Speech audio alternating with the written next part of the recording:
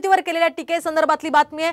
शिवसेनेच्या मुखपत्रातून भाजपच्या अंतर्गत राजकारणावर मोठे दावे करण्यात आले।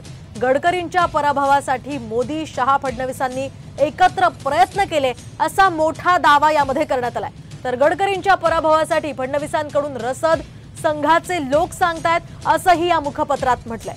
गडकरींचा पराभव होत नाही याची खात्री पटल्यावर फडणवीस हे नाईलाजाने नागपुरात प्रचारात उतरले असंही या लेखात म्हटलंय। इतकंच नाही तर अमित शहांच्या हाती पुन्हा सत्ता आली तर ते उत्तर प्रदेशचे मुख्यमंत्री योगी आदित्यनाथ यांना सुद्धा घरी पाठवतील असा दावाही या मुखपत्रात करण्यात आलाय। ठाकरे गटाच्या मुखपत्रातून भाजपच्या अंतर्गत राजकारणावर हे मोठे दावे करण्यात आल्याचं आपण पाहतोय। दरम्यान नेमकं काय या मुखपत्रात म्हटलं आपण सविस्तर पाहूयात। गडकरी यांचा नागपुरात पराभव व्हावा यासाठी मोदी, शहा, फडणवीसांनी एकत्र प्रयत्न केलेत। गडकरींचा पराभव होत नाही याची खात्री पटल्यानंतर फडणवीस नाईलाजाने प्रचारात उतरले।